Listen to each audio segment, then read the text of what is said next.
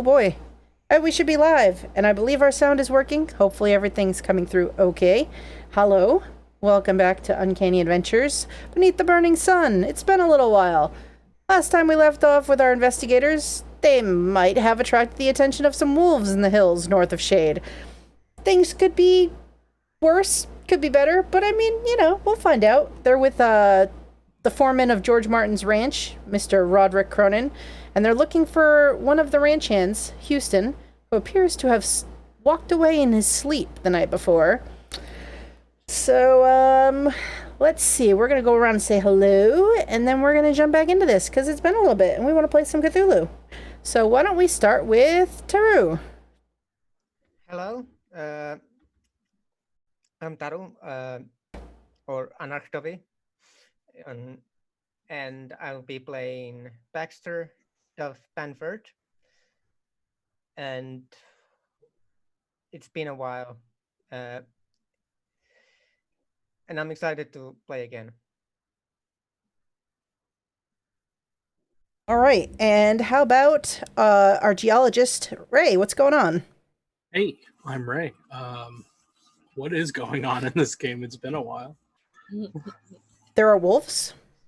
That's true. And there's some shooting, I believe, maybe. There may be shooting coming up very shortly, yes. And lots of sand. Lots of sand. Maybe some wind. Water. Some horses. Nightmares about water. That's also a thing, definitely. Starting to ring a bell. Mm-hmm. And how about, let's see, Theater Nerd, what's going on? Hi. It's been even longer for me because I missed the last session y'all actually played. Apparently I got put to bed and then decided to wake up with everybody else and go hunt people. It's fine. I don't have a probably like broken collarbone and whatever else going on in my shoulder. It's fine. Hi, did I say my name? I don't know. My name's Theater Nerd.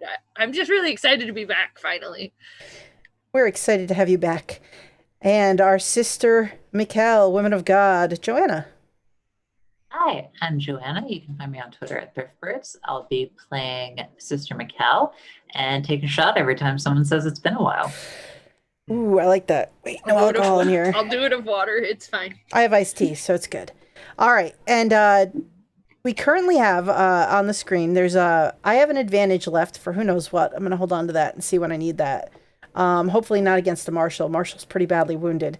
And Samuel Smith still has one success left over. And if you want to help or hinder, you can donate. And there are rules down below that explain what that does. So, also, our Roll20 window's missing. There's something with OBS. Professional streaming, it's fine. And I'm Jeanette. Hi, I'm the keeper, and I'm going to do my best to facilitate some Cthulhu fun. Whew.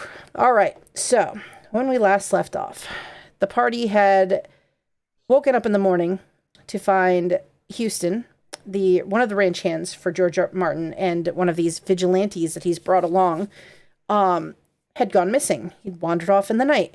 Baxter noticed where the tracks sort of shambled off, heading northward, and Houston had taken nothing with him of personal belongings. He basically walked off in exactly what he was wearing and left everything behind. So the group decided that they would send the rest of the vigilantes and the posse that they had ridden out with north. They're looking for a village further up, Navajo village, and the school teacher from town is familiar with the village, so he's going to lead that group with George Martin and the sheriff. And the rest of this group here, with the help of the ranch foreman from George Martin's ranch, who named Roderick Cronin, decided to go on horseback and try to catch up with Houston. They figured he had a 3 to 4 hour lead, and on horseback, they figured they could cover that fairly quickly. So, as we closed out the session, in the distance, a little ways ahead, the party heard some noises and things. They decided to creep forward and take a look. Marshal had stayed a little bit behind to sort of keep an eye on the horses. Roderick and Baxter had moved sort of up the slope, trying to come around from above to see what was going on, while Sister Michal and Samuel had gone a little below and were trying to come up and sort of box in whatever this was up ahead.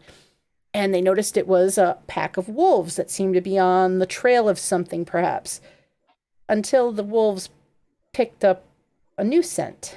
And that's where we pick up as Sister Michal and Samuel. You are a few yards below the path, kind of looking up as 3 hungry-looking wolves, actually, no, 4 of the wolves, sort of come over the lip in your direction. And Why not 5? Why Well- not 10? Well, because I wrote 4 for last time for the 2 of you. Don't give her any ideas. And the 3 other wolves, as Baxter and Roderick, who Roderick was actually extremely quiet and kind of just really impressive in his abilities to sort of sneak up the hill here. So it was mostly rub it Baxter. in. Yeah, sorry. I rolled really good for him. I'm proud of him. So it was kind of Baxter maybe that the wolves took notice of. So there are 3 other wolves that sort of are starting to make their way up the slope in your direction. And I'm going to say, Marshal, you're back with the horses. Why don't you roll me a listen check where you are? Because you were kind of staying back, sort of your injury, trying to take care of it. The sister maybe not letting you involved. Fail. But All as soon right. as the gun goes off, I'm running forward. I'm just gonna let you know right now. Oh, I imagine so. But so for the moment, you think, oh, they must not be having any problems. However, the rest of you, I need to know what everyone's dexterity scores are. Completely forgotten. 70. 70 for Baxter. Also 70 for the geologist. Ooh, okay. Do you want everyone's right away? Yes, I'll take even Marshall's. I has 30. All right, I like it. And Sister Michal? 55. I'm just huge and intelligent, okay? I mean, there is nothing wrong with that. Now, let me see here. Roderick. What is Roderick's score?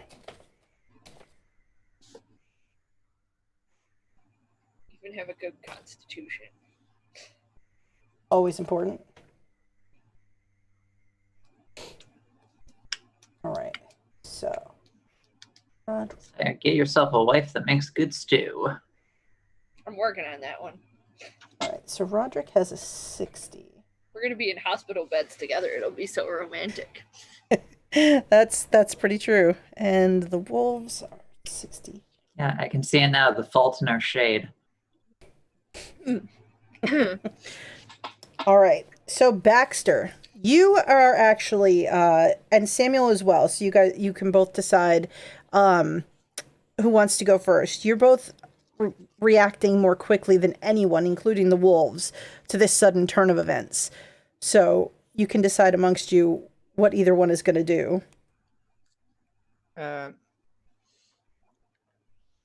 guessing both are gonna just shoot into the wolves. And I'm gonna go for the one that looks biggest and meanest. Ah, you're trying to take out the alpha of the pack? Yeah. All right. Just So like in prison. show them who's in charge. All right, Baxter. So you looking at the 3 wolves coming towards you, the biggest one you'd probably say is the one sort of off to your left, coming up and around the slope. The other 2 are kind of coming around to the right.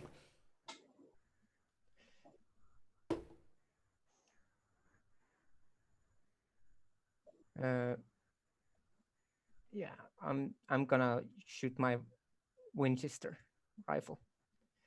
Ooh, 9.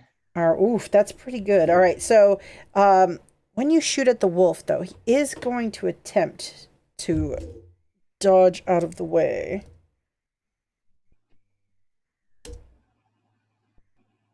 Ooh, that's also very good. Let's see.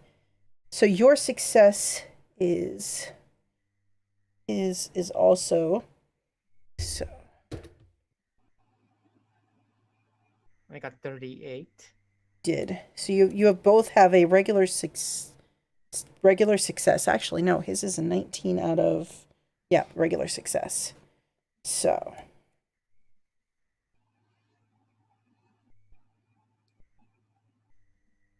he does not manage to dodge out of the way, and you do 9 points of damage to him. All right. So, let me roll a con roll for him because that is more than half his hit points.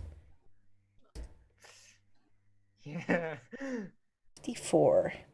Oh, so you see, you fire your gun, it hits the wolf, and you hear this whimper, and the wolf kind of rolls down the hill. You don't think you killed it, but it is stunned and sort of rolls out of the fight, basically almost unconscious from this attack that you do on it right away. Does it get damage at all of the falling off the cliff? Well, yeah, it takes some bludgeoning as it rolls down, but as it kind of settles back on the part of the path below, it's not like moving to get back up, so it's very seriously injured, almost unconscious. Will probably bleed out. And then, do you want to kind of stay where you are? You think that the other wolves are probably going to be able to run at you if you don't move? I'm gonna try and get some vantage point of like a large rock. Get on top. Ooh, all right, roll me a luck roll to see if you can find a good vantage point to get on top of. I got decent luck.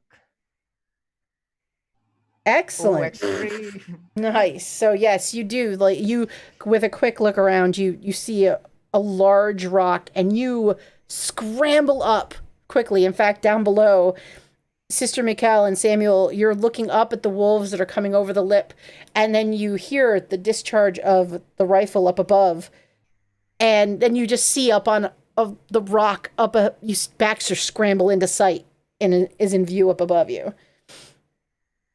Oh, he's going to break his neck. So, Samuel, as you see this happen, what do you want to do? And they're like coming towards us too? There are 4 wolves that came over the lip and sort of growl, looking down at you and Sister Michal. Their attention is sort of startled as the gunshot goes off, the rifle fires, and they hear the other wolf like and just sort of roll down the slope. So they do get slightly distracted by this occurrence. Okay, I'm going to take a shot as well. I guess the meanest one. Just at any of them if I could. Oh, that's a fail. All right, so you also fire with your Winchester, but the shot goes a little wide. It does bring the 4 wolves' attention back to where you are. Oh. So how far away from them am I? You're probably about sister. Well, I'm talking more like the sister and Samuel. Currently from both, you're kind of equidistant back down the trail. I'm gonna say you're probably like maybe like 30 yards or so back down the trail, a little over the lip, like out of sight. The trail kind of went up and came over. So you hear all of this. You hear the 2 rifles discharge. You hear the growls start to kind of rise, and you realize something has gone on up above. Probably heard a yipping dog as it fell backwards. So Samuel, now that you've shot and missed, what do you want to do? You can see the wolves look like they're getting ready to kind of charge down the slope in your direction.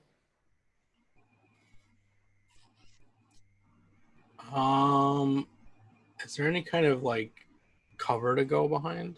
Ooh, why don't you roll me a luck roll? I'm going to use these luck rolls. Uh-oh. Also a fail. Oh, so it looks like the lower slope, there was not any real cover down here. Baxter's found the best vantage point at this point. All right, I guess Samuel's gonna step forward and try to put himself in the way of the wolves and the sister, who I don't know if she's very combative, I guess, or would be willing to fight off animals. So Nothing else, you're about to find out. But first, the wolves get to go. So the wolves. All right. On the upper slope, since Baxter has climbed up onto this vantage point and given himself some cover, the wolves turn their attention to Roderick, who is still on the lower level, kind of right in their path. So the first wolf is going to charge in and attempt to bite Roderick. Get up. Oh, I mean, don't. All right. It lunges forward and leaps, and Baxter, you can see this. You see Roderick sort of roll to the right, and the wolf misses him. The second wolf also follows suit. This one does almost get a bite. Let's see if Roderick can avoid it.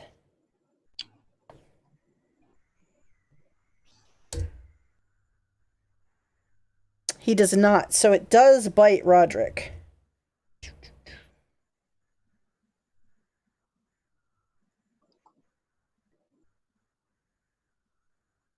Your damage bonus, Wolfie. None. Okay, cool.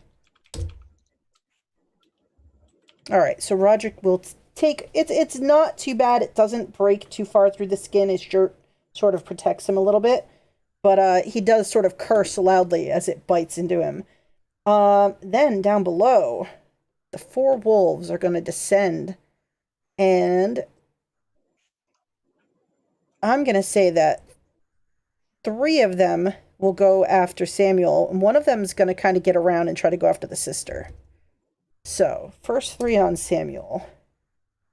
And I will say that you can choose to dodge at some point. I'll tell you how many hit. You can choose to dodge once. If you dodge, you don't get to you don't get to attack next turn because you basically get out of the way.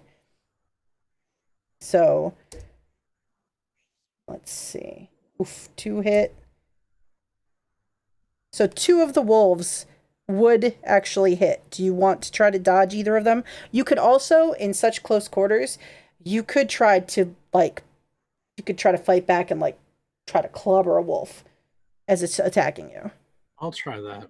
Okay, so you are going to roll a fighting brawl, and if you have a better level of success, then you would be able to roll damage on them. No. Okay. So, let's see. The first wolf bites you for 3 points of damage. And the second, does 8. Now, what's your total hit point value? 26. All right. So it's not a serious wound, so you're fine. But that's 11 points of damage. Now, the wolf that's going to try to bite Sister Michal, that would be a hit. So Sister also has the choice to either try to dodge it or you could try to hit it as it comes at you.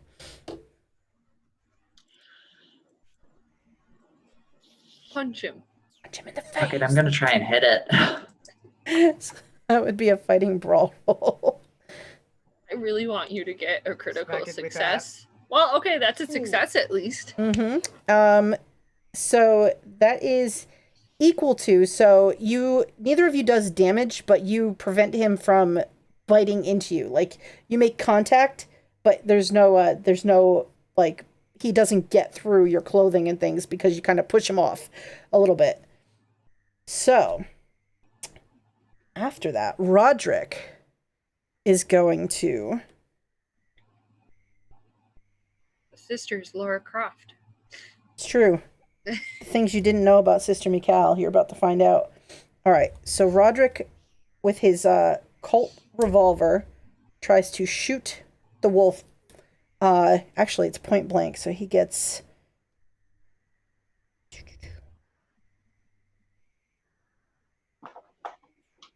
It's another D10. which one's better. So, no, okay. So, he doesn't hit. He kind of tries to fire it. The wolf's got him by the sleeve, and the gun discharges, but he doesn't actually shoot the wolf. It manages to pull it loose.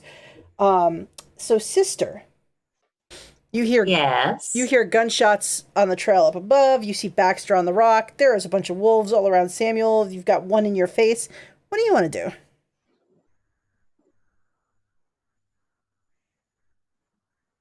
Let's use this gun that I've been given.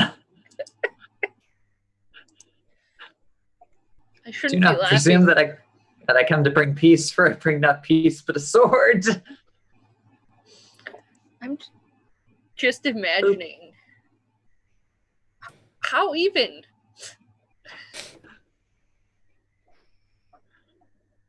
All right, so you do 7 damage to the wolf that's right there. It's point blank, so Yeah, it's point blank. Do I have to roll for something Oh, for that? actually, you get an advantage die. So just do me a favor, roll a d10 for me. Let's see Yeah. if you get a better Get a level 1. of success. get a 0. Zero. Sure. Basically, a 10 would be a 0. Hope I'm doing this right. I did not do that right. There's a die in a thing. You can just press it like this. Not everyone has like macros set up and stuff. It's not a macro. It's in the. Oh, yeah, I know what you're talking about. All right, so the 17 is the better roll, but it does do enough That damage. was mine. Oh, that was yours. Okay. Yeah, it was example. I forgot about that dice roller thing that exists. Oh, Lord. See the \R, like if you type that and then, or forward, I don't know if that's back or forward, and then a space and then D10, it'll roll a D10 for you. Hey, all right. So that's if 57 or 17's better, but it does need to roll a con roll because that is more than half its hit points. Let's see. Ooh, what's its con? All right, so sister, you shoot this wolf point blank, and it yips in pain and sort of tumbles back away from you, and is lying on the ground. It's still alive, but you can see that it tries to get up, but it can't get up on one leg, and it just sort of like lays there, injured, too injured to get back into the fight, you think. So, do you want to stay where you are with Samuel in front of you with the 3 other wolves, or what do you want to do? I think I'm gonna move back so I can try and line up another shot. Okay. So you back away, kind of leaving some room between you and Samuel? Yeah. All right. So, after the sister backs away, Marshal, you are back with the horses, and there is a whole cacophony of bullets being fired back up the trail. So let me ask you a question, since I wasn't here when you originally set up this scene. Mm-hmm. Do we hop off our horses because this path is too treacherous for horses? Or, okay, then I'm getting on Marshal, because that's going to be my most expeditious way of getting up this path without, well, I don't know if it won't damage my shoulder. It probably hurts like hell either way. So, that's what I would like to do. And if I can get close enough to shoot at a wolf this turn, I would also like to do that. All right. Even if it's just one shot. So, roll me,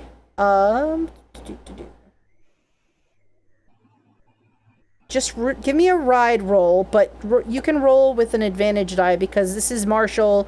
You know, you and Marshal have a very close relationship, and Marshal kind of is intuitive to what you're trying to do. Ooh, excellent. Excellent. So yes, so describe this as you ride into this situation. So I think horses, when they get really focused, they do things with like their ears. And I think Marshall, as soon as Marshall hears the gunshot and knows it is coming from the direction, I think his ears go flat back, and I jump on, and it's almost like he knows what's happening as I'm jumping on, and he starts, like, gives me a chance to get on, but he's already starting to move forward, and we're like up the hill. Like, if it was dark out, you wouldn't even be able to see us because Black Horse speeding in the dark, but it's like morning time. So all right. So what you see as you ride over this little rise on the trail, you see to your left, up on the slope above, you can see Baxter up on a rock, a very large boulder, sort of looking down below. You can't see Roderick below him, but you can hear the wolves there. And then to your right, a little ways down the slope, you can see Samuel with 3 wolves biting at him and trying to get at him. And Sister Michal is sort of running, taking a few steps backward away from Samuel, gun in hand, and there's a 4th wolf that is lying injured on the ground nearby where she's running, kind of moving away from. So what do you want to do, Marshall? Kind of want to be a badass horse rider and have my horse stomp on a wolf, but I also don't know if I want to sacrifice Marshall. Conflicted. I think I would try to gain the attention of one of them and shoot at it. Ah. So, go ahead and what do you do? Like, kind of yell down at the wolves from up on the slope as you ride in? Yes. All right, so you do the horse charging in, you yelling. It does draw their attention. One of them is very intent on trying to eat Samuel, but the other 2 are sort of distracted by you. So you can choose a wolf and fire. I'm not letting my friend get eaten. So I'm going to shoot for the one who's intently trying to eat my friend. Sounds good. Well, you don't miss. That's a hard success. That is a hard success. All right, you shoot, and it's so intent on Samuel that it does not try to dodge. So let's see.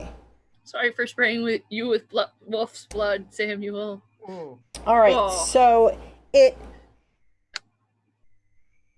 you definitely draw its attention as you hit it kind of full in the side, and you immediately see it's a very serious wound. It's bleeding heavily.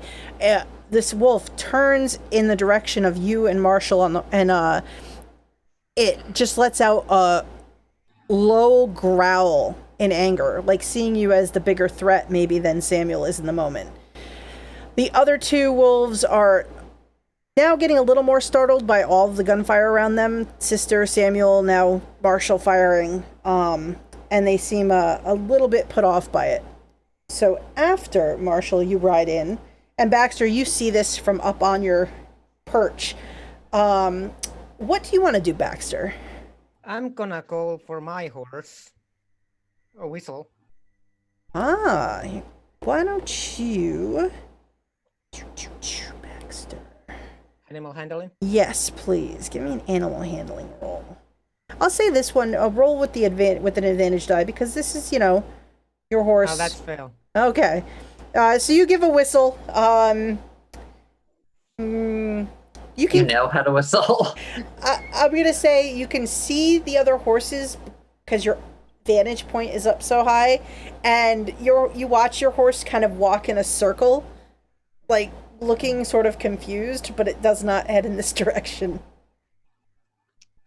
Stupid horse. I guess I just shoot one that's attacking my companion,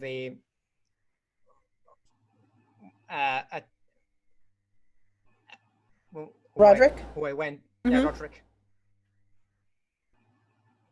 Yes, he still has 2 wolves that he's dealing with currently. Oh, that's fail. All right, so you trying to be careful since Roderick is... That's wrong.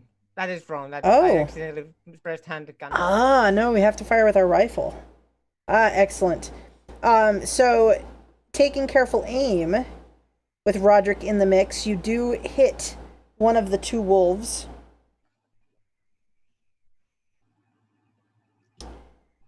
Four points of damage.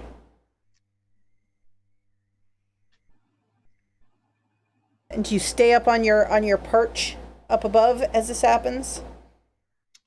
It's the best place, so yes. Okay. Samuel, you have a lot of visitors in front of you, though one of them just got a serious wound from Marshal and is looks like it's maybe turning its attention in that direction. Okay. And the other two are doing what? They seem very distracted now by all the gunfire, and they're still there in front of you, but you'd have an advantage die to sort of attack them because they seem like their fight or flight reflex is sort of in question. Okay, I think I'm just gonna shoot the one that's already injured. Okay. Success. All right. So you, as it turns and it sort of lunges up the slope, it takes two good lunges toward Marshal, and then poof, it just slides across the ground, lies dead at the feet of the horse, no longer a threat. And there are only two wolves left in front of you, Samuel. I'm gonna back away from them. Okay. So you back toward the sister who's behind you. All right, so let me see. I'm gonna make a roll for these two wolves now. All right, so the two wolves here, Samuel and Sister Michal. This final gunshot and this other wolf dropping dead on this trail. These two wolves look like the fight kind of goes out of them, and they sort of turn and run, heading up the trail and trying to kind of run away from this. Up above, the two wolves attacking Roderick are going to continue to do so. One will miss.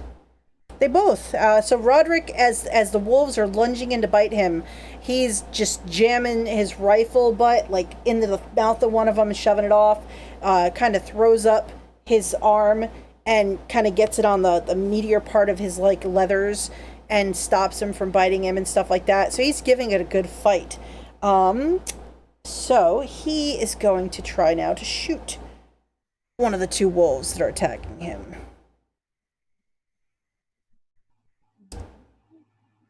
Oof. He attempts to shoot, and his gun misfires. And you hear him, Baxter, you hear him curse as nothing happens. There's a mechanical clunking sound in the chamber. And he basically just kind of turns the gun around, and it looks like he's going to use it kind of just as a club in that moment. So, sister. Two wolves are dead. Two wolves are running away. And you can hear the sound of Roderick continuing to fight on the slope above, but you can't see him. What do you want to do?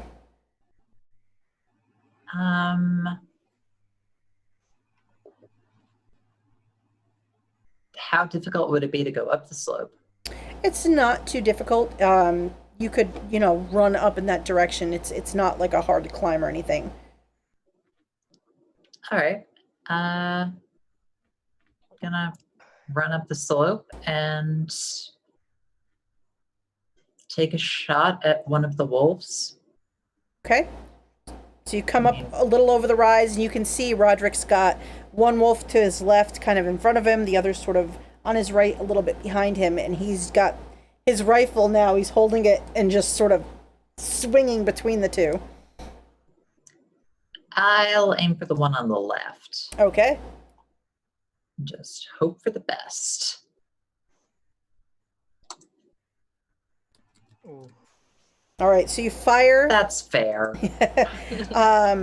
You narrowly miss. Roderick sort of dodges aside, and he gives a look back in surprise at the close call.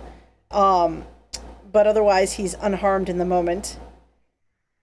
So, Marshall, you watch the sister run up the slope, cross the trail, and then run up and kind of go up over the little rise below Baxter.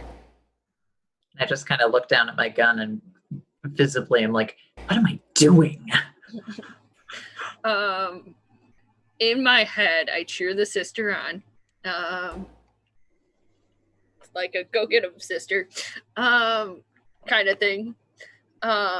Yeah, feminism. Oh, it's been a long weekend. Trying this thing called getting up early, and I don't like it. Ew.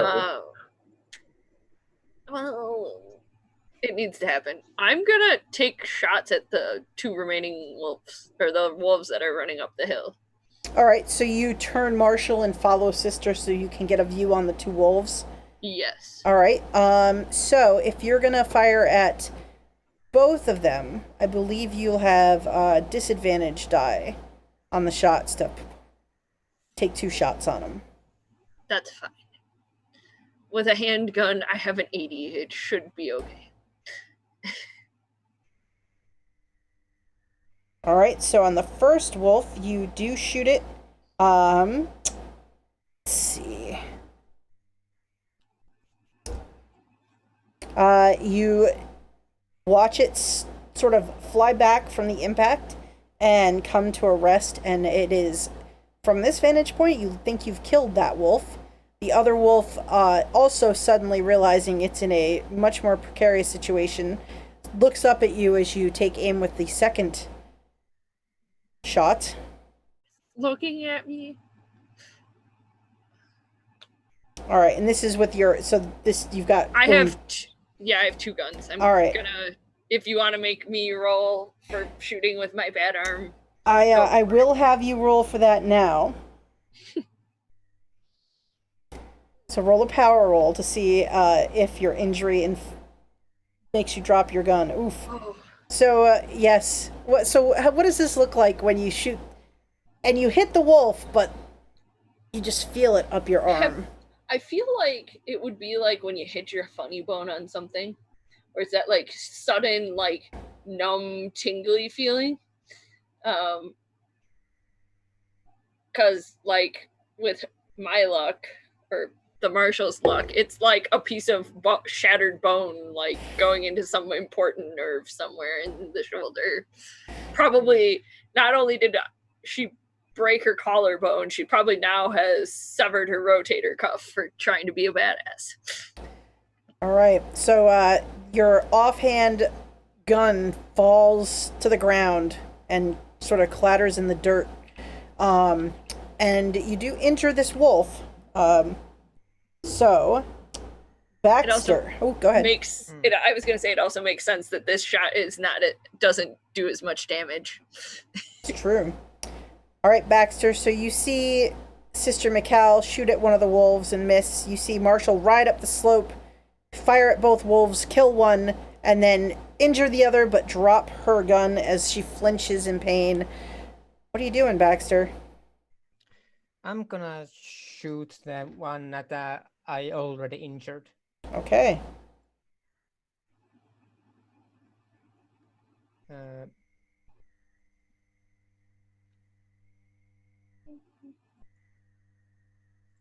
Woohoo!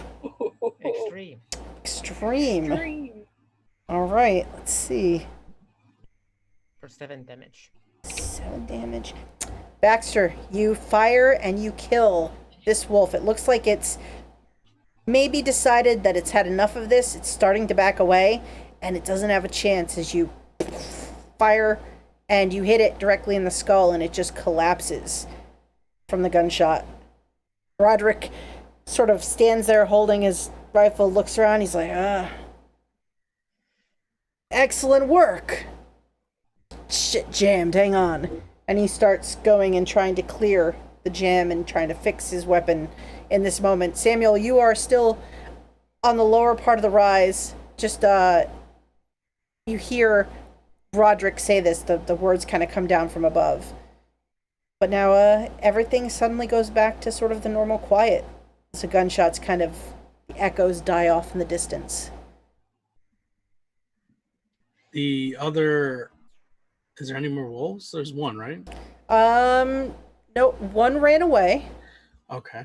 And it's, I mean, if you ran up onto the trail, you could see it running away, but it is running away. The rest of the wolves are either severely injured and close to death or dead. Okay. Samuel's just gonna kind of slump over and try to tend to his wounds. Baxter jumps down and takes a look at Roderick. Are you okay? He sort of looks at, there's a little bit of blood kind of coming through the sleeve. He kind of rolls the sleeve up and kind of takes a look. He's like, just a flesh wound. I'll clean it and bandage it up here in a minute. Also, Samuel can roll... Gonna get rabies, you jackass. Samuel can roll a first aid roll if he wants to try to bandage up his wound.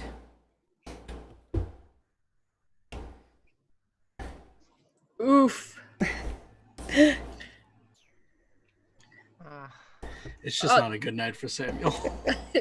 I think the Marshal is gonna like holster her one gun, holster the second gun, like get off the horse and pick it up with her right arm specifically, and put it back in the other. Probably fumble with it because I don't think she'll be using her other arm, at least not anytime soon, which is unfortunate. And But you don't want to be a badass and vomit through the pain of moving your arm. Not yet. It's not worth it yet. I'm not saying it won't happen. And take a look and try to field dress with whatever for Samuel. Okay, so it would be a first aid roll. To return the favor. I thought I like first aided myself. Thank you. After everyone failed, I think. I got a success. You're welcome. I can at least stop it bleeding. All right, so she is able to sort of bind the wound. You get 1 hit point back from the first aid. But the wound, it is cleaned properly and bound fairly well, at least for a field dressing. Okay. Probably had worse. Baxter will climb up. In geology? In the war. He's a vet. Yeah, Baxter will run out, climb up and see what the wolves were doing. Okay, Baxter, roll me a spot roll.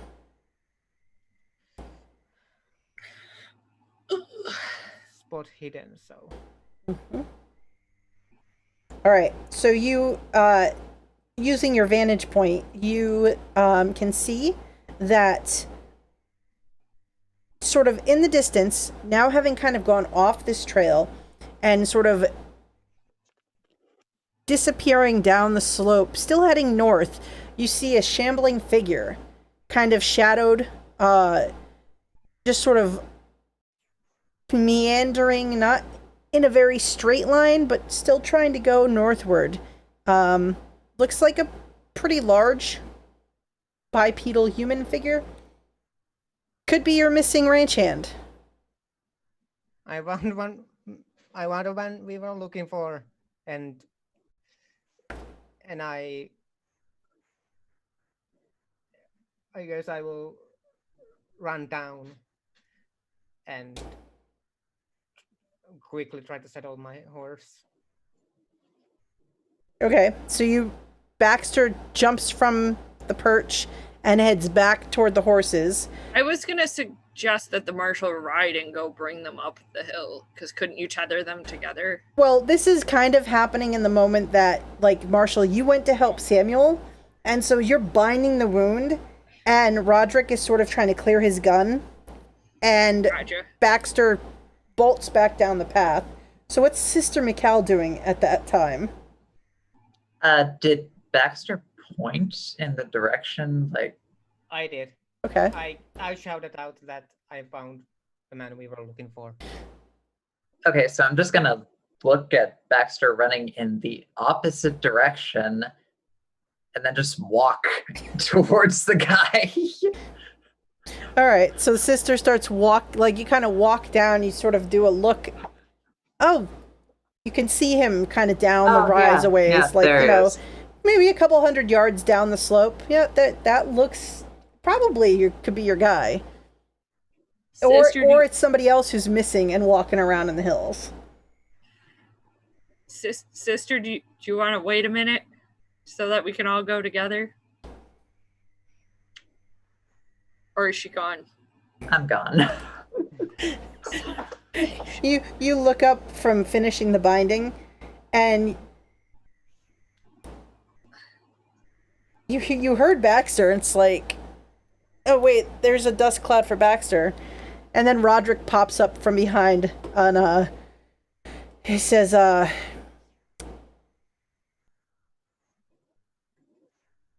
your sister went that way. Looks like the kid's getting the horses. Thanks, you've been oh so very helpful. You're welcome. Kind of tips his hat. And it's the cheesiest, most sarcastic smile you've ever seen the Marshal give ever. I'm going to offer Marshal. Well, Baxter, are you getting all the horses? I'm just getting mine. You already have yours, and apparently the sister's just gonna walk.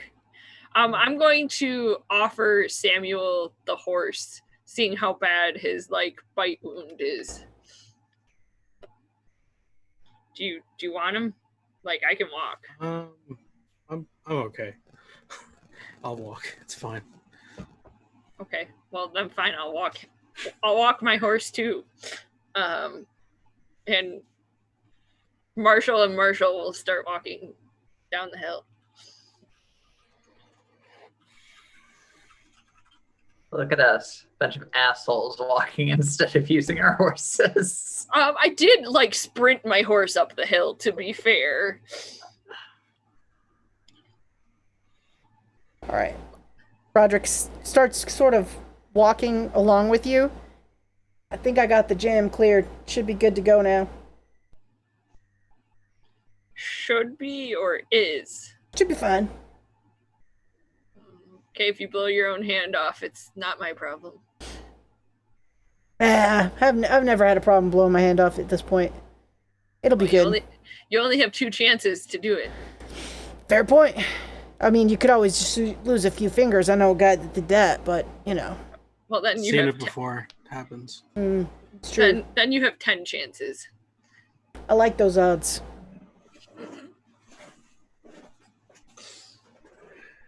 Baxter. So as everyone else is walking, Baxter, you get your horse. You start riding back up the slope, heading in the direction of the shambling fellow. I took also the rope. You do what? Also, I took the rope. Okay. So when you get to the point where you are passing Marshal, Samuel, and Roderick, do you slow down and go with them, or do you keep going? The sister is a little ways ahead, kind of about halfway now to this shambling fellow. I just run past. Right. Gallop past. Okay, you go. The rest of you watch Baxter ride past, heading in the direction of the sister. There he goes. I mean, Samuel, you act like this is anything new. Just pointing it out in case you weren't paying attention. Sister Michal, you hear over your shoulder the sound of a horse riding up in this direction. Are you gonna do anything? Baxter, do you just ride past Sister Michal? I'm gonna run. I'm gonna just Okay. gallop fast. Baxter goes riding past you, Sister Michal, as you're walking down the slope. So, you watch as Baxter closes the distance, more quickly. The sister is probably about a third of the way from this fellow, from where she started. And Baxter, you sort of ride up, and you can see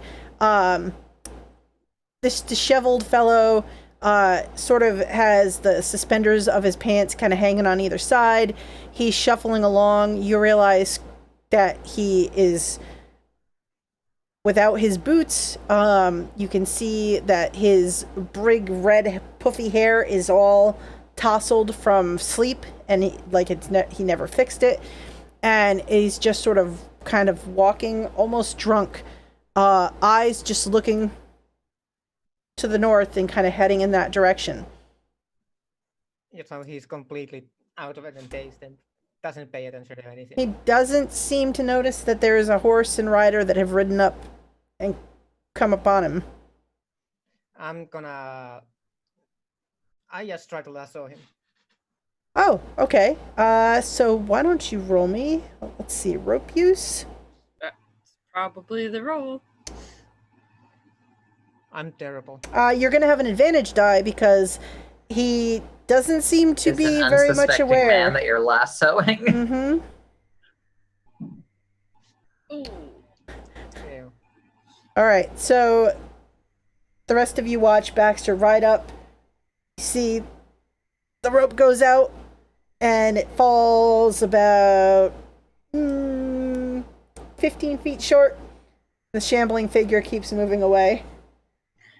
Okay, I think at that site, I have to imagine, like, the Marshal has rope that, like, just stays in her saddlebags.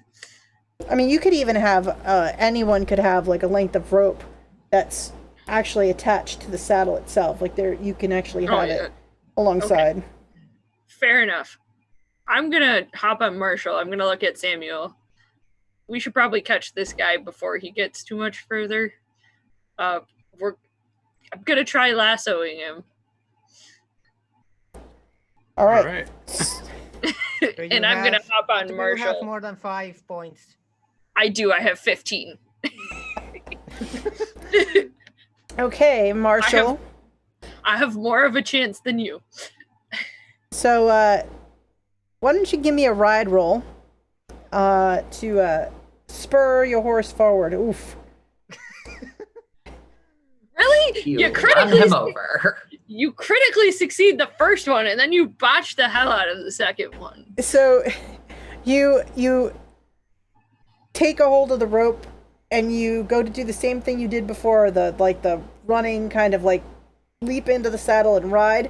But the pain in your arm, the extra weight of the rope and everything, you sort of lose your footing a little bit. You kind of stumble back a couple steps, and Marshal, the horse, kind of bolts forward and leaves you behind. Dumb horse. Sister, you are watching Baxter probably pulling back in the length of rope as Marshal, the horse, goes galloping past you. No rider.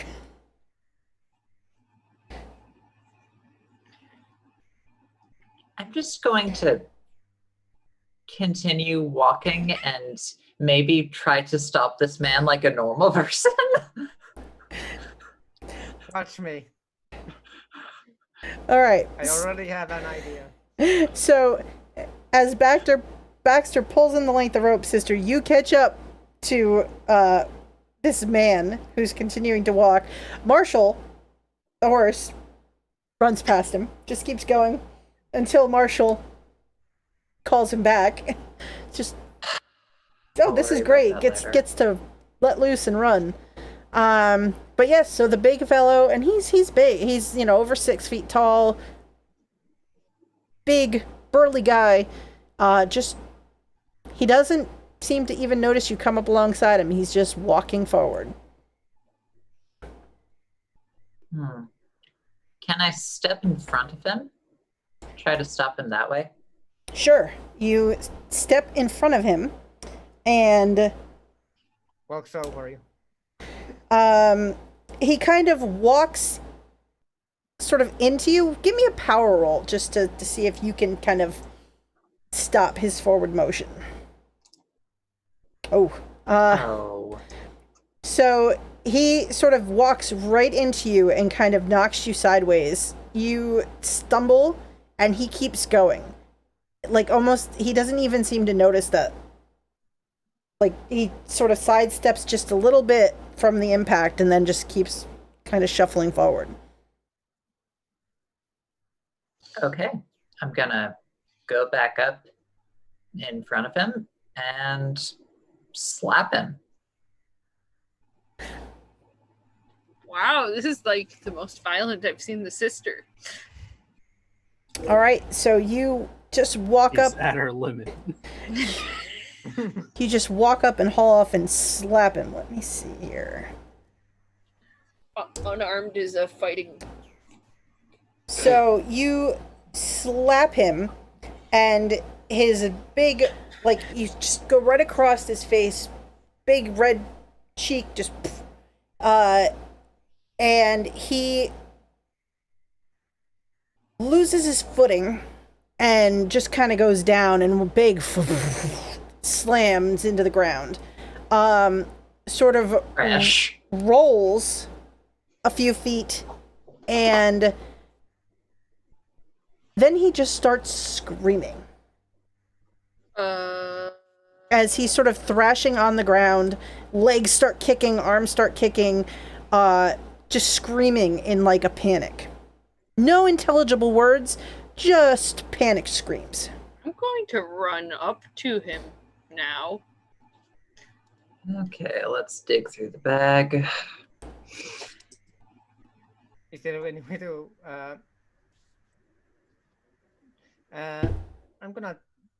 I actually gonna take some. I probably have a spare, like, shirt. Mm-hmm. I stuff it in his mouth. Ooh, okay. Roll me just a fighting brawl roll to see if you can, because he is thrashing violently. Let's see if you can kind of lunge in there and try to gag him with this shirt.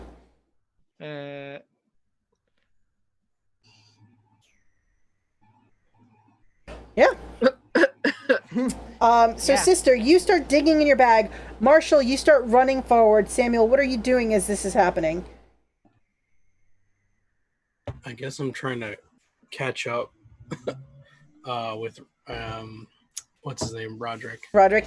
Yeah, Roderick will kind of start to run behind Marshall, keeping up with Samuel as well. And the three of you see the sister just cold cock this guy. He goes down. He's screaming. You see her digging in her bag, and then you see Baxter leap from the horse and kind of disappear into the tangle of that are arms and legs. And for a second, it's like, oh my god, he's gonna crush Baxter. And then the screaming is just stopped with a gut. Can I roll like psychology to try to figure out what the heck is going on with this guy? Or Sure. roll something. You can I make would- a psychology roll as you run up on the scene, and you see he's still flailing under Baxter, but Baxter is kind of on his chest, and this balled up shirt is just lodged in this fellow's mouth. I rolled a 34. My god, he's like a vicious flying squirrel. What's a flying squirrel, sister? Oh, they have them in to the east.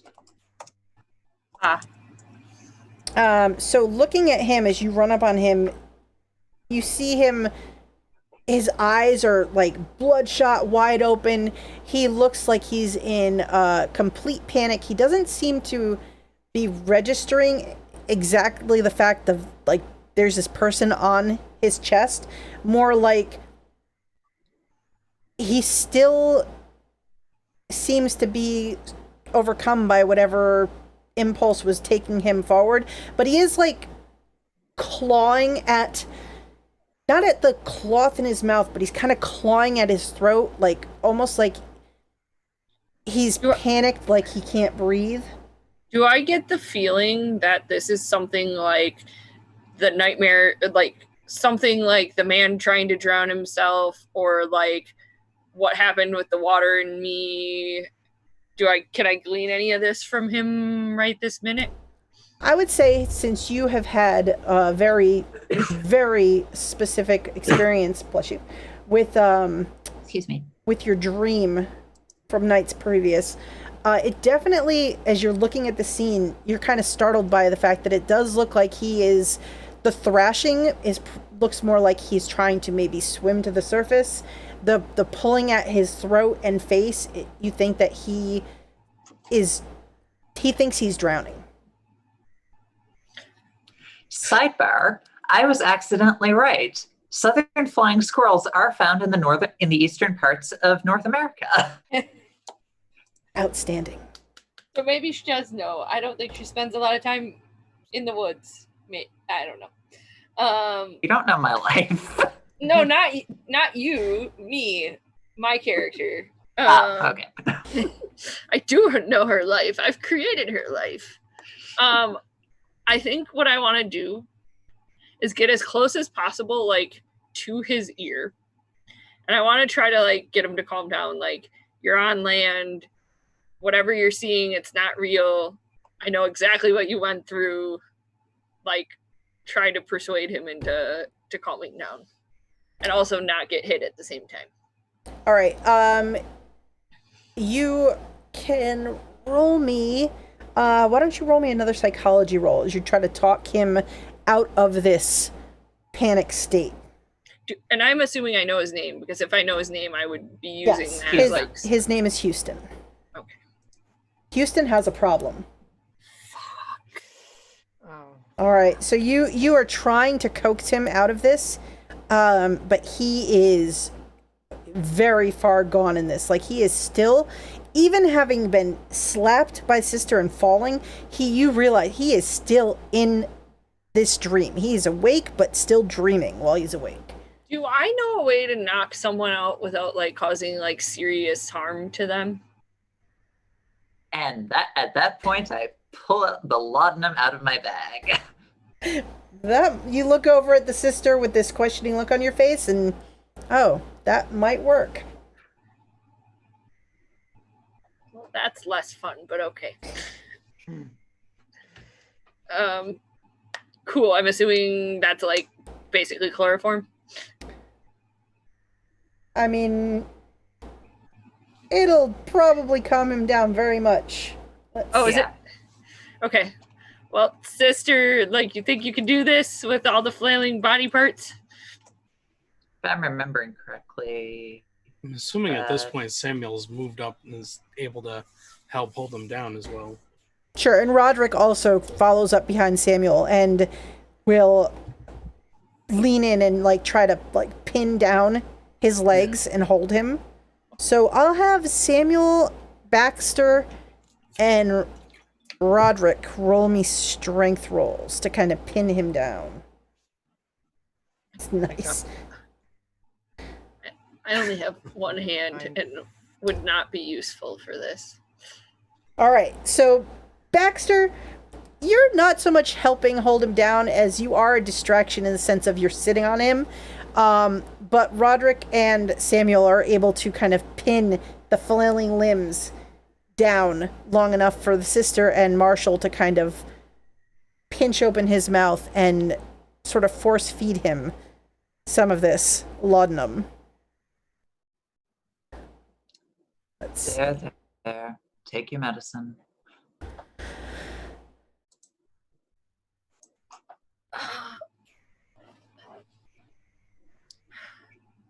So do I have to roll a medicine check I'm to make gonna- sure yep. I don't accidentally OD this man on opium?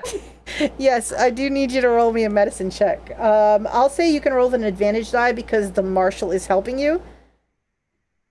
Also- Okay. I'm not a medical professional. You give me far too much credit, but okay. So rolling with an advantage, I can just press the purple dice, right? Yes. Or yeah. It's purple die. Yes. Oh boy. Why? Well, good. I was gonna just clock him over the head and kill him anyway. So Let me roll something. I was just gonna Yes? check the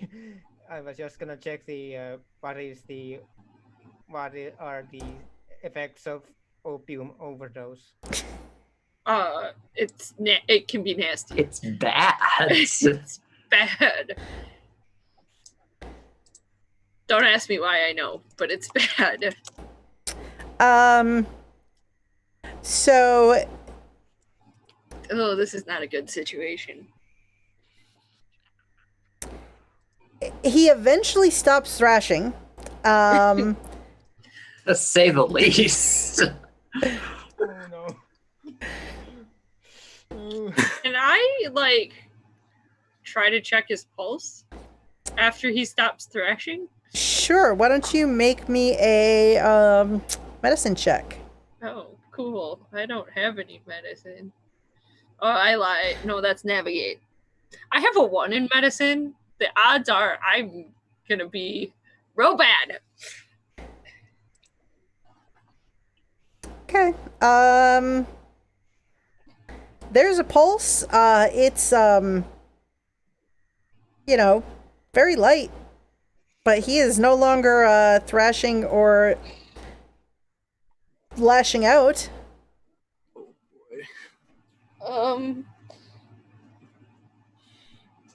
Yeah, part of I look at the amount that I pour that's like left in the bottle of laudanum and be like, oh fuck. So, sister, should I just put him out of his misery? Roderick's like, wait, what? No. No. But His he- pulse is very weak. Like chances are he's not making it back to town at this point.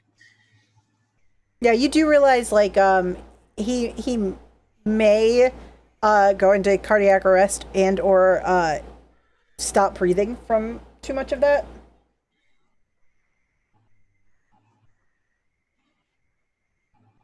Fuck. What if I induce vomiting? Ooh. Sure. So what does the sister do in this moment as you suddenly like start to realize like, oh, this might be too much. This might have been bad. Turn him over onto his side. I don't have time to bend his knees just yet. Mouth open, fingers down the throat.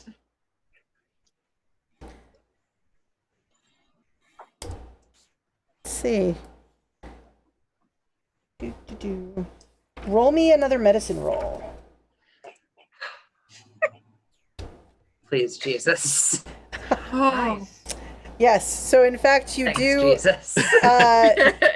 There's a moment, then another, and then he does throw up, and I hope starts you coughing. turned him. I hope you turned him away from us.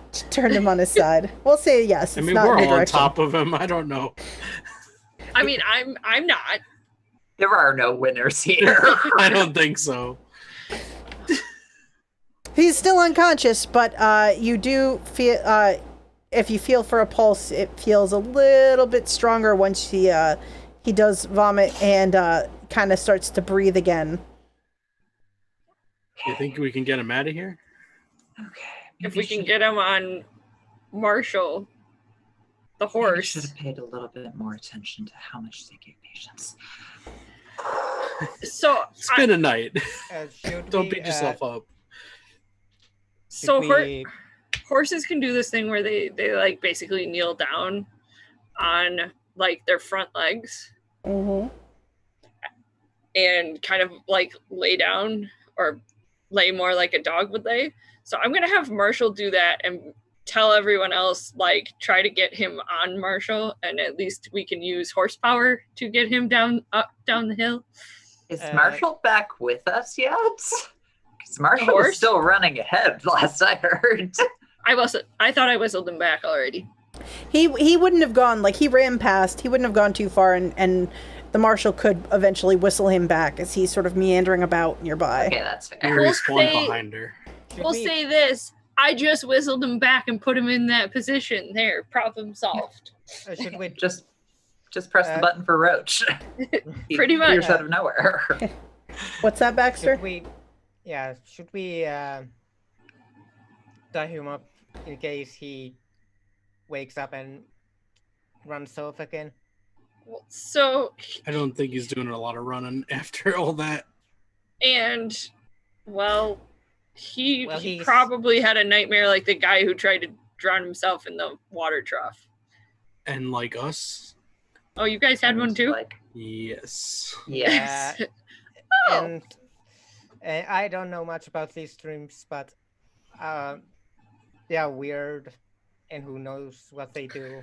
Yeah, so fun fact, it's been happening all over this town kind of recently, and we kind of believe that they're tied to all the other goings on. Roderick is looking from one to the next of you with a very confused look on his face. I forgot he was there.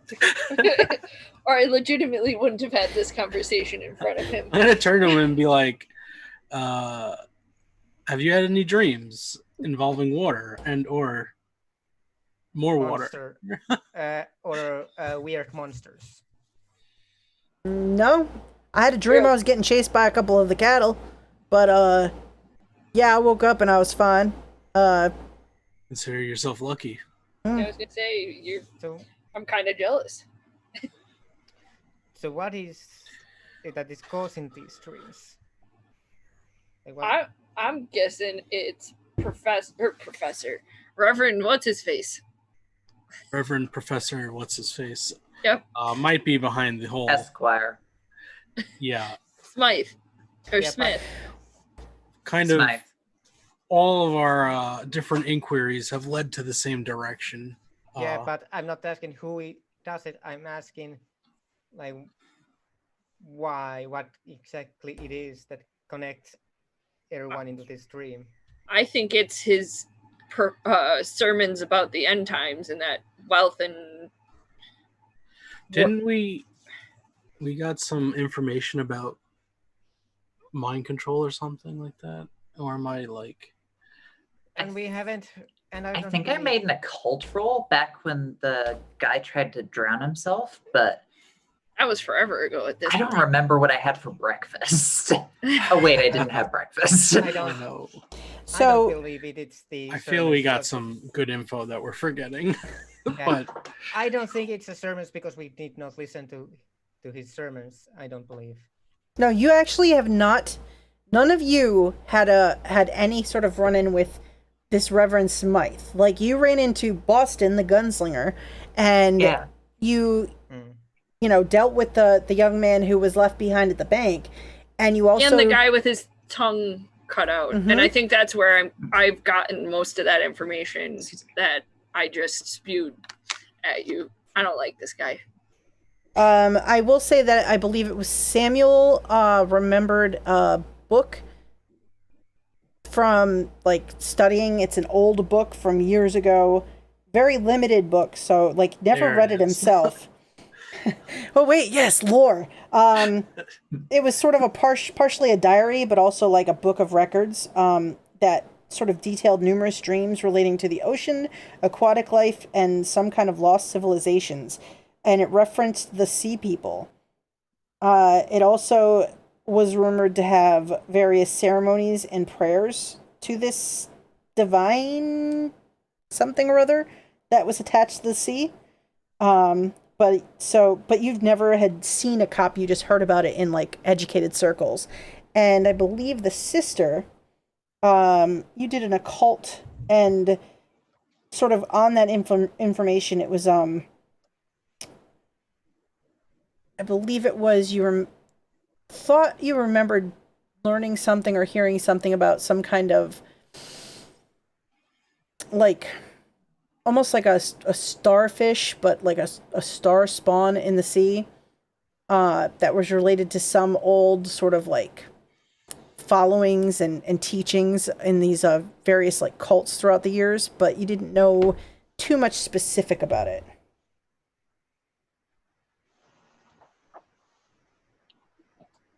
So we Something that fell from the stars into the sea. Possibly, yeah. So we have no idea what causes these dreams. No, not specifically. I think being in the town of Shade causes these dreams, because I didn't have these freaky dreams until we arrived in town. Then Roderick would have these dreams as well. Well, so No, he not doesn't everyone's gotten it, but Yeah. it affects people differently, is what we've found And out. his ranch is not technically in town. Gentleman that I spoke to last night was experiencing one of the dreams as I Right. shook I think it's him the awake. same night. It was Have you the night. ever Yeah, it been- was the night before that she approached one of these Okay. sleeping. I thought that happened and then we got attacked by wolves. But Roderick, have you ever been in Shade, like before? Oh, yeah, I go into town. I like to get a libation and stop in and play some cards and roll some dice and just Have a good old fun.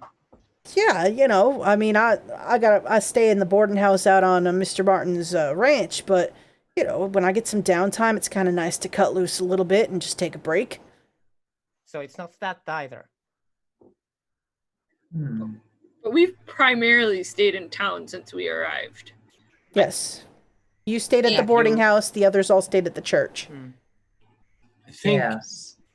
one of us asked the pastor at the church, and he said that it was randomly affecting people. Yeah, he not had told like- you that various parishioners were sort of kind of coming to him, expressing their concerns. He'd had people in various states of distress over the dreams. Some were having them more frequently and more disturbing.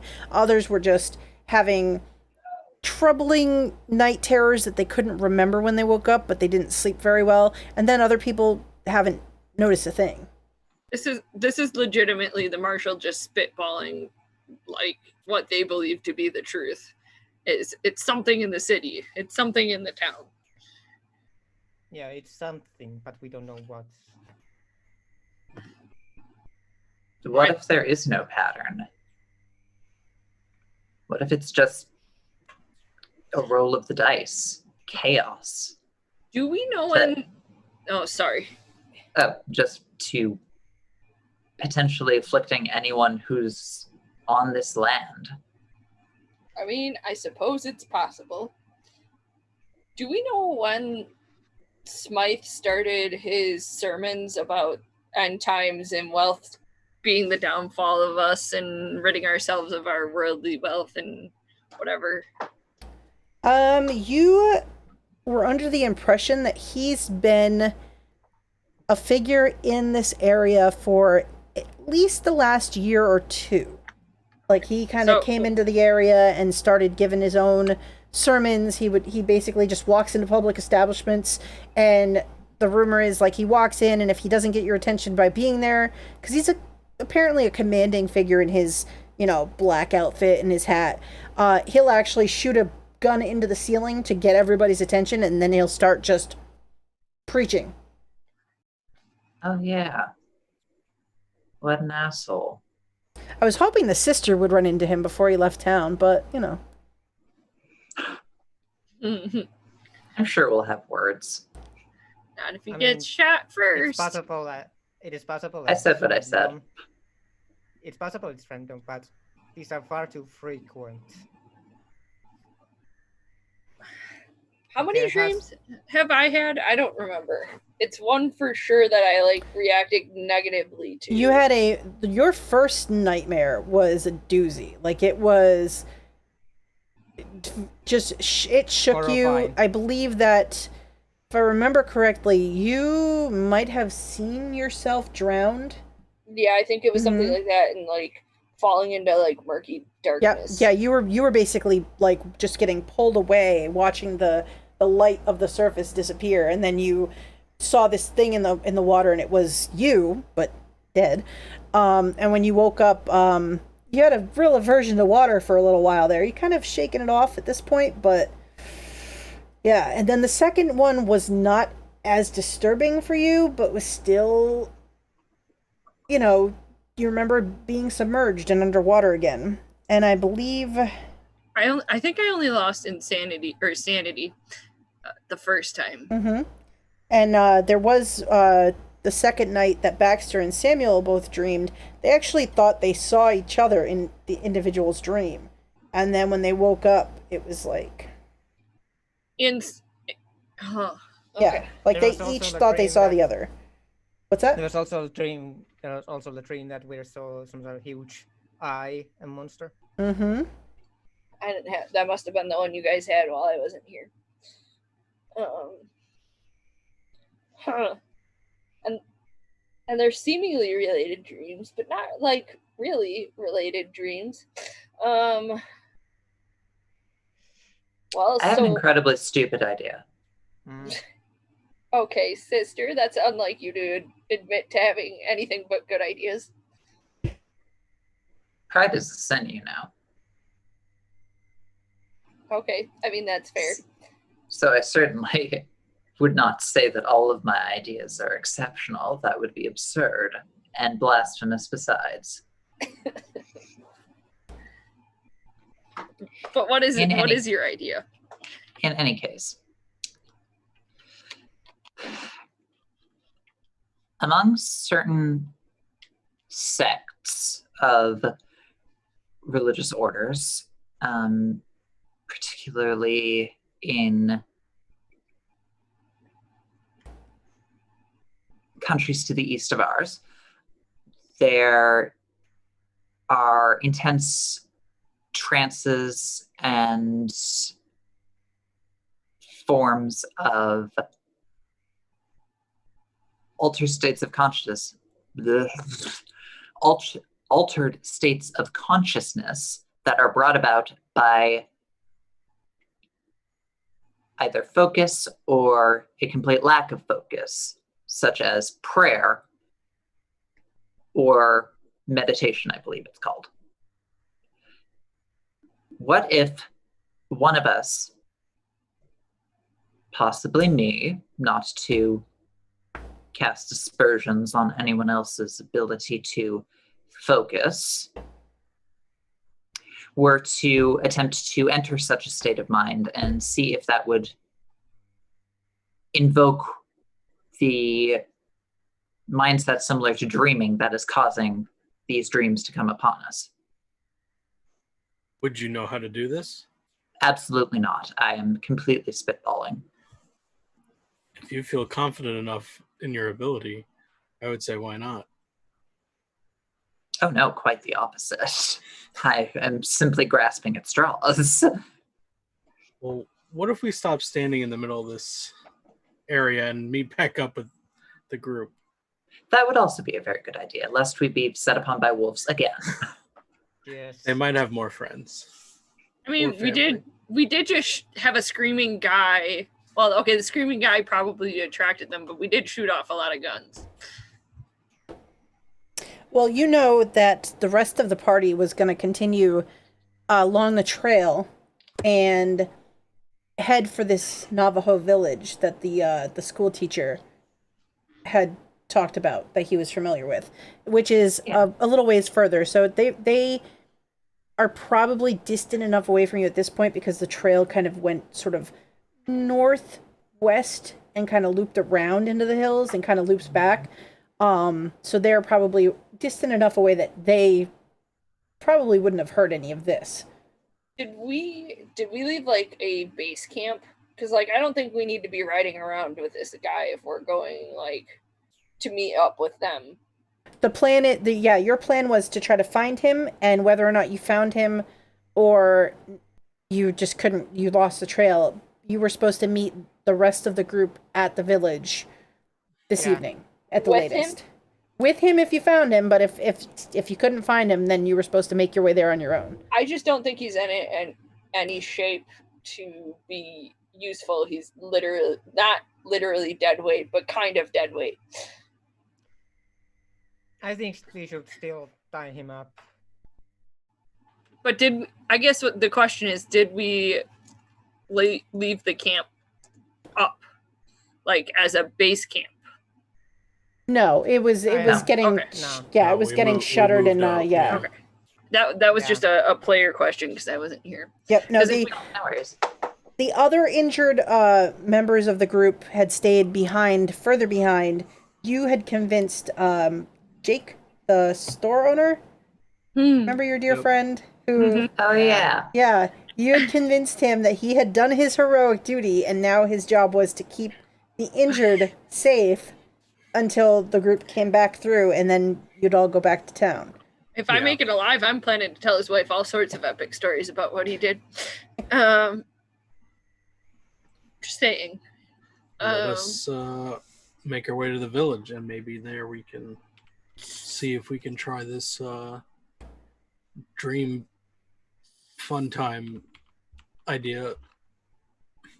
So how much dead weight is this guy? Like, if I tied him to Marshal's saddle or tied like his arms around me, am I going to be able to safely ride with him? Or do we have another horse? I guess that would be another question. Trying to remember if you brought an extra horse for him. Might have. You know, with the opinion being if you found him. Yeah, I think you all thought of that. The opinion being if you found him, you would need a horse for him to ride back on. Okay, so I'm going to secure him safely to that horse once we get back to the rest of the horses, and tie that horse to Marshal to lead the horse. Okay. So after some preparation and securing this unconscious fellow, who is still breathing and just muttering slightly in his unconscious state, but otherwise not any more traumatic troubles coming from him, you're able to sort of collect yourselves. Roderick is going to, at some point during all of this, he attempts to bind his wound. Oh, yeah, I forgot to ask him about that. You can see he did a horrible Baxter job, asked as him you about see. that. You can see he did a very terrible job binding it, but is just going about his business. Is that glue you put on that wound? What? There was some sticky sap from that little cactus over there. Here, let me look So at this. unconventional. I'm gonna try it. Now you get a hard success for an NPC? Are you kidding me right now? It's easier to do first aid on somebody other than yourself. I will say that as a fact. He already had it going. Yeah, you kind of clean the Yeah. goop a little bit, and you rebandage the bite wound. Let's just get this off. Yeah, we don't need this piece. Any good doctor will tell you less is more. Don't put a lot of extra stuff on it. That's more they have to deal with if you put the wrong stuff on it. Just, water, just clean it out, wrap it with clean bandages. Beware of infection. Yeah. Okay. And in general, don't put sap on a wound or any kind of sucrose. He's trying to make it up as he goes along. All right. So, you manage to get the group together. Now, here's my question. Do you plan to backtrack to where you camped the night before and follow the trail? Or are you going to try and use the directions that Mr. Potts, the school teachers, kind of explained to you when you left and try to continue and make it to the village from where you are now? I get it. I Sorry. think it's best to try and follow the trail. Okay. Go back to the camp and Yeah, because it's still like morning-ish or maybe like noon, right? Yeah, there's still quite a bit of the day left. Like, it Yeah, did there's- not take you that long to catch up with Houston. There's no point in not continuing at least further along the way. Okay. So, you backtrack the way you came. You find the spot where you camped the night before. You can see that the rest of the party had, cleaned up, closed up camp. You can see the tracks leading away on the dirt road, heading up into the hills. You follow it throughout the day. It actually is mostly a peaceful ride. Every once in a while, your unconscious fellow will startle you with a kind of a out of nowhere kind of like cry, or he'll whimper at one point. You think he's crying, but he's alive, and while still like barely conscious. Hopefully he'll be all right. It takes you a handful of hours to backtrack and then to follow the trail north, and it's probably just around maybe 4 or 5 in the afternoon when you kind of come around a bend and you can see a small village with huts and things sort of spread out in the area. You notice all the horses sort of tied and kind of grazing nearby.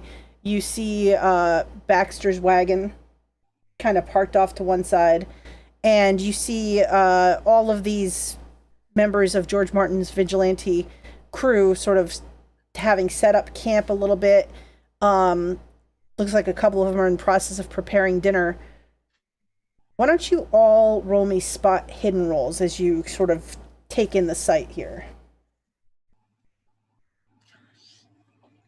Used all my good rolls on stupid stuff. Okay. So I will say, Samuel, you are noticing as your eyes kind of flick about, taking in the familiar faces and things, you realize that you don't see any unfamiliar faces. You don't see any of the Navajo that are supposed to live in this village. But you do see, as you're sort of looking about, there's some bullet holes in one of the huts on one side. There's some blood splatter on another hut a little ways further in.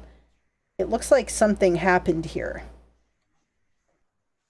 And it looks recent. Samuel's gonna, I guess, try to make a hard glance at the marshal and draw his weapon, his handgun, and say, something isn't right here, Marshal, and I don't see the people that are supposed to live here. Uh-oh. I'm gonna pull one pistol this time. I just want to make that clear. And I will follow Samuel's lead, probably like gingerly like holding my arm in a bent position, like against my chest or my stomach, to not move my shoulder as little, or to move my shoulder as little as possible. Samuel's just going to, I guess, address like the general group of people of someone mind telling me what happened here? So a bunch of eyes kind of turn in your direction. You hear murmuring between a few of them, oh look, they got Houston's back. And then one fellow kind of moves forward and he says, oh, welcome back. Well, I don't know. We seem to have stumbled on a fairly empty village here. When we got here, pretty much everybody's gone. There is a fellow further in one of the huts, some old man that school teacher was having a conversation with earlier. I feel bad. The school teacher looks like he's a bit out of sorts. When we rode in, he kind of lost it a little bit. Was looking for somebody, maybe? Can I speak to the school teacher? Because I told him I would go with him, and then clearly ditched him. Can I tell if this guy's lying? Oh, you can make a psychology roll if you'd like to see if he's lying. Which will probably not go well, but... I'm gonna try nope. after 88. Okay. So Baxter, you think that he is telling the truth. He doesn't seem to be like, there's no hesitation or anything. He's kind of gesturing around. You think that they found this little village in the condition it's in, and that the people were already gone when they got here. And there's nobody left. There's no bodies, nothing. Yeah, no, we didn't find. We found that there's bullet holes and there's blood, and But yeah, no bodies to speak of. All right. Well, I'm gonna take a look around in the huts and stuff, while I guess Marshall goes and talks to the school teacher, just to double check. I'll I go with think- Marshall to talk to the gentleman that the school teacher is talking to. Okay, so Samuel is going to be looking around. Baxter, what are you doing? Um, I'm gonna go with Samuel as backup to see if you find anything. Okay, so Also, I'm going to look through the people's belongings. all right. So why don't the two of you roll me spot hidden checks as you're sort of investigating and looking around. There are some good rolls. God. So Here's the rolls I needed before. yes. So Samuel, you can see and you can point out to Baxter, who's kind of like getting to things like a second or two after you do. Looking around, you see that as you go into various huts and things like that, it looks like, most of them there's been some kind of scuffles inside. You find everything in various stages of disarray. Going through though, like you see a lot of personal items here, so like they didn't take things with them. So it looks like wherever they went in a hurry, and there are just clothes and other personal items and things like that. You find weapons that you would think that they would take with them. Those are there too. So whatever happened, it was... But it's not like been looted or anything? No, it doesn't look like it's been looted. It just looks like it's been tossed. There's been various scuffles, and these people have been taken out of the village. I'm going to turn to, I guess, someone that's standing around and have them see to Houston, and then I guess bring this information to Marshall and the sister. Okay. Do So I find anything actually valuable? Oh, you really don't find anything that I think Baxter would consider valuable. Like these... So there's nothing like monetary value? No, they you get the sense that these the people that live here, they very much they don't have a lot of excessive of anything. Everything seems to have a purpose. There's a handful of what would probably be considered, personal items that probably mean something, but otherwise, everything is sort of here to serve a purpose. There's no real wasted space or wasted time amongst these dwellings. So there's no money, nothing. No money that Baxter would want to use. Doesn't seem like they really have a use for the currency that you're looking for. So they basically live off the land and Does appear that they are very, very self-sufficient when it comes to that. So if you ever need to learn survival, they'd be good to talk to. While the two of you were searching and you're dealing with kind of delivering Houston to some of his other fellows, Sister Michal and Marshall, you sort of make your way further into the village. And as you do, it's not long before you see sitting on a small carved sort of wooden stool with his head in his hands is Henry Potts, the school teacher. His head, he's looking down at the ground, so he doesn't see you approaching, and he just his overcoat that he wears is nowhere to be seen. He looks very disheveled and just is just kind of running his hands through his hair, which is kind of sticking up like he's been doing it for a while. Can I walk up to him and do the light touch on the shoulder? Sure. You approach, and it isn't until you touch his shoulder. He is so kind of lost in this moment of this emotion that he's going through, that he sort of starts and sits up, and his hands kind of almost ball to fist before like he recognizes, and his hands kind of flop back into his lap. Sorry about that. Hello. You're doing okay? No, I am not. I'm not doing okay at all. Well, thank you for being honest with me. I kind of guessed as much. Any ideas as to what happened? I heard it was like this when you got here. They're all gone. Those sons of bitches, they came into town in the village, and they rounded up everybody that they could take, and they took them out of here and took them with them.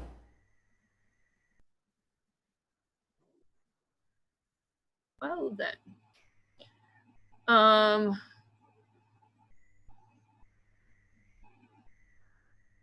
Everybody? The group said that you were speaking to someone, I believe. Well, yeah, to Tonka, to see, he's still here, but they couldn't if they tried to make him leave. He's not in the best of health. He's a very old man. He's sort of the village's medicine man. He's the village elder. So he's laid up inside. But other than that, everybody's just, they took them all out of here. I don't know what they're doing. Why would they do that? Probably because they didn't want us to gather any more able-bodied people to fight against them. Maybe. I don't know. I mean, there's a lot of blood and stuff around, so I mean, I'm sure it looks like some people were hurt, and they still walked them out of here. I don't know, but I don't know. Maybe you should talk to Tatanka, and he told me a little bit, but I told him that we were waiting for some members of our group to get here. I'm gonna go talk to Tatanka. I'm gonna do the friendly squeeze on the shoulder in reassurance squeeze that people do. It okay, don't be cry. Yeah, well, you could get through this. We'll get through this. I mean, the fact that they're not dead here is a good sign. So he kind of pats the hand that you're squeezing his shoulder with, and he's like, I should go inside. Does your friend speak Navajo? I might have to translate. I don't think either of us do. I mean, I suppose she could surprise me with some hidden skill I wasn't aware of. He gets up. He walks over to a barrel that's sitting there. He kind of scoops a hand in and takes out a handful of water and kind of splashes his face, and then kind of runs his hands through his hair and kind of mops it down a little with the water. And then he walks back toward the little hut and starts to walk inside. And he sort of holds the flap up so that you can kind of walk into this kind of darkened space. Sister Michal, you walked in ahead. There's only the light that's kind of coming through on the sides a little bit, so it's very dim in here. There's sort of a bed on the opposite side from the door.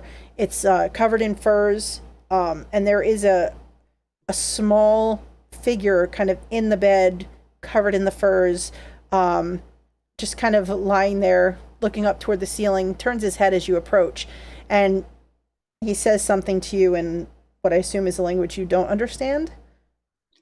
I do not. I speak English and Latin. Excellent.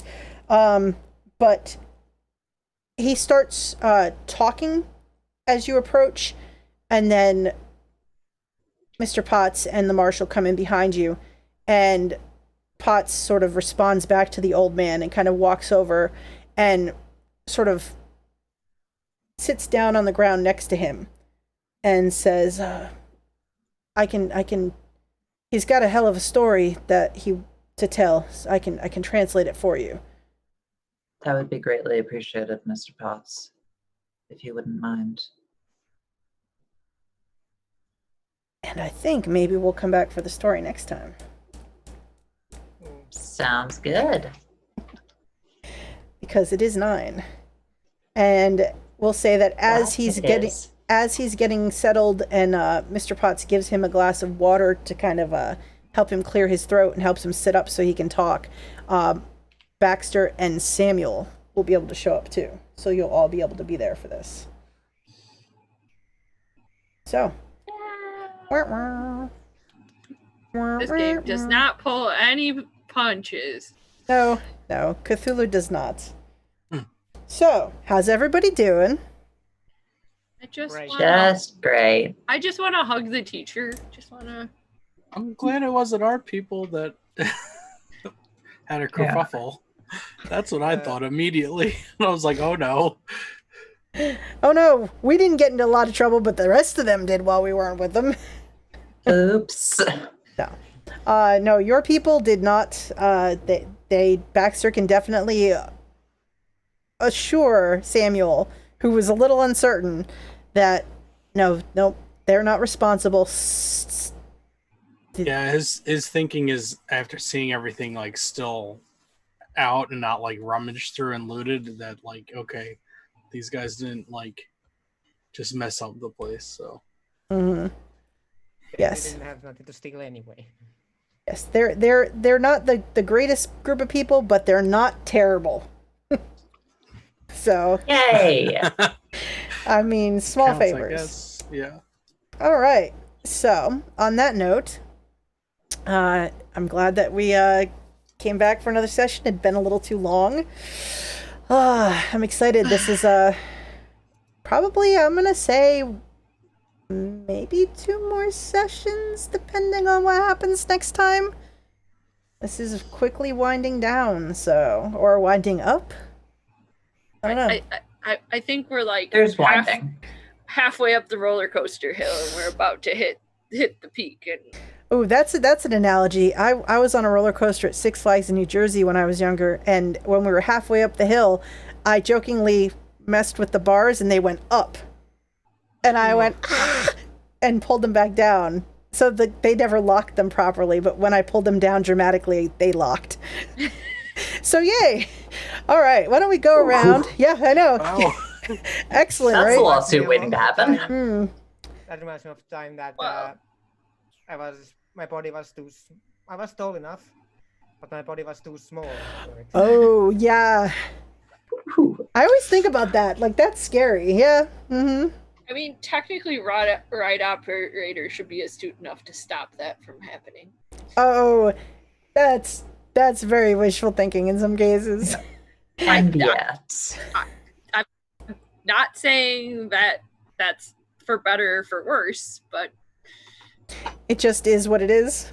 yep, pretty much. Excellent. All right. So why don't we'll start with Anecdote. Do you have any plugs, anything like that you want to share? Well, I just got my proper internet back, so I should be able to stream now. Awesome. So that's Twitch, the TV / Anarchdovey. I'm Anarchdovey pretty much everywhere. So you can follow me on Twitter, on Twitch. Outstanding. Having good internet is very useful. Very, very useful. And all right. How about Ray? What do you have going on? I'm still streaming every Sunday on my Twitch channel, which is twitch.tv/Tankstein. Was it Sunday at like 3 p.m. Eastern? We've been playing a whole bunch of like indie games and stuff. It's been real fun. Other than that, you can follow me on Twitter at _Ray Olson for other updates that I might have. Excellent. And Joanna, what about you? Hi, I am mostly doing my best. You can follow me on Twitter at ThriftBirds for various insights into this deeply, deeply unsettling hellscape I call a brain. That's about it. for now. But knock on wood. For 2020, that's good. 2020 is just, we're getting by. And Theater Nerd, what do you got going on? Hi, the next place you can see me is GMing a game called Murders and Acquisitions on Off the Tables Otterthon on Saturday. I've got the late shift. It'll be a fun day where I will have been trying to get up early all week and stay awake and exercise more. And I'll have worked 9 hours that day and go ahead and GM for a few more until the wee hours of the morning for me. It'll be fine. It'll be a caffeine-fueled day. It's fine. That's the next place. That's the next place you can see me. And then the opposite Mondays of here, I've got 2 more sessions of my Blades in the Dark game. I'm also starting a new podcast where I do solo and 2-player games. I'm thinking the first one I really want to start with is 1,000 Year Vampire, which is a cool journaling game where you play vampires throughout the ages. Neat. This is kind of just a passion project, and if I make money, great. All I hope is that people have fun listening, as much fun listening to it as I do making it, and there'll probably be some cursing while audio editing and fun stuff anyway. And that's it for me. I'm kind of winding down on streams to kind of dive headlong into podcast recording. So excellent. That sounds like fun. I've been watching your tweets about podcasting, so I know. I figure if enough people know about it, I'll have to do it. that's fair. It's fair. Yeah. I've now set it on a stream. I can't go back now. We'll just you need to do it because it sounds awesome. So, and I'm Jeanette. You can find me here every other Sunday and every other Tuesday for D&D and Call of Cthulhu games in their own right. And then we'll be back in 2 weeks at 7 p.m. Eastern time for another session of this game. Like I said, it's quickly kind of heading toward the end. Coming soon, the precipice. Or is it? Or is it? Who knows? I've run games where I thought it was almost over, and the players, they surprise you, and that's the best part of running games. So we'll find out. But like I said, I'm glad that we're back. I had fun. I enjoy this game, even though it's has its darker moments.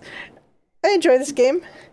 Like this game, yeah. Yeah, it's a good time. So thank you everybody who watches and who catches us later, and thank you all for being here. I'm glad we had the whole crew. It's nice to have everybody back. So on that note, we're gonna head out, and everybody have a good couple weeks. Take care of yourselves. Wear your face masks. Yeah. All of Wear you. your fucking face masks. You and you and you and yeah, you too. All right. Goodbye. Take care. Bye.